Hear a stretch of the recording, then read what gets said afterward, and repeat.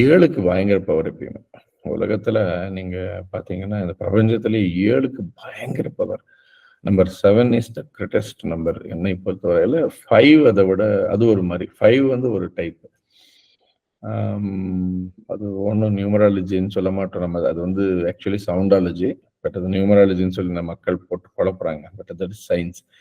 So இந்த 7 கண்டங்கள் நெறைய 7 இருக்கும். நீங்க பார்த்தீங்கன்னா, there are so many rainbow 7 colours. இந்த மாரி நீங்க பார்க்கலாம். இப்போ நம்ம வந்து பார்த்தீங்கன்னா, உங்களுக்கு திருவள்ளுவர் 7 எழுத்துக்கள் பார்த்தீங்கன்னா, திருவள்ளுவர் எழுதியிருக்கக்கூடிய அந்த எது நீங்க எடுத்தாலும் 777 தான் வரும். 1330 கூட்டுனீங்கன்னா 7. 133 அதிகாரங்கள் கூட்டுனீங்கன்னா 7.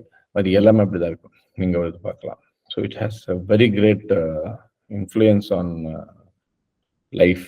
நாட் ஒன்லி ஹியூமன் லைஃப், ஜெனரலா. ஸோ இந்த அந்த மாரி தான். அந்த சரிகம பதனி அப்படின்னு சப்தஸ்வரங்கள்.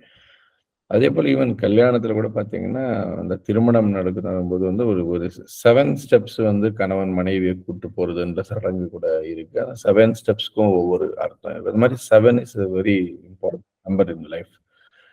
7 வண்டர்ஸ் அந்த மாரி நெறைய 7 அப்படின்றது. இப்ப அந்த மாரி தான் ஒரு டாபிக். அதனால அந்த மாரி இந்த 4 தான் சார். ஆனா இது மட்டும் இந்த 4 பாசிபிலிட்டீஸ் தான் லைஃப்ல. நீங்க வந்து எப்படி வேணா திருப்பி ஜம்ப் பண்ணி குதிச்சா கூட இந்த 4 தான்.